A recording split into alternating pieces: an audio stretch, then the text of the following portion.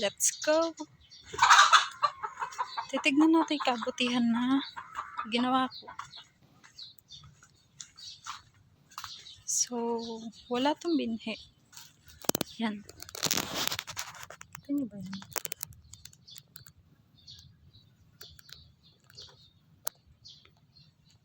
Tapos, ito may tumutubo din dyan. And then, dito rin sa ano. Yan.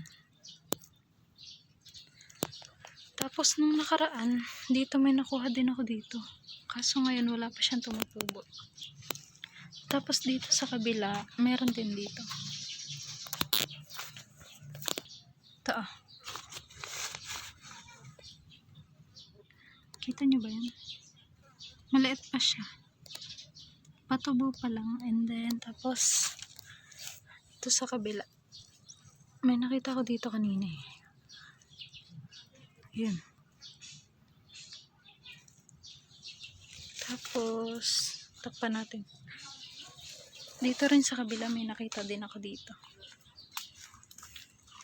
So, ito, tinakpan namin kasi baka kalahigin ng manok. Tanggalin natin. Ito siya.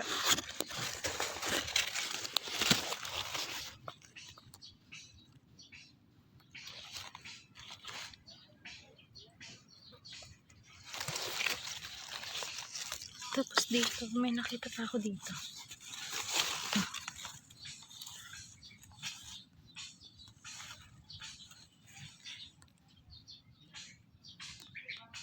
Yan sila lahat. Dito sa ilalim mayroon din dito isa. Yan. Patubo. Tapos ayan, mayroon pa siyang tumutubo na maliliit. And ayun lang. Yan lang. Ganyan lang siya kaliit. Pero madaming tumutubo. Ay, nabuksan. Takpan ko ulit. Baka kasi kalahigin sila ng manok. Kaya ng bibi. Siguro nasa ano na yung nakuha namin dito. Ito kakakuha lang namin to kahapon eh. Yan. Tapos ito. Siguro nasa 20 pieces na yung nakukuha namin dito. Nakabuti. Wala naman kami nilagay ditong binhi. Pero araw-araw ko siyang dinidilig.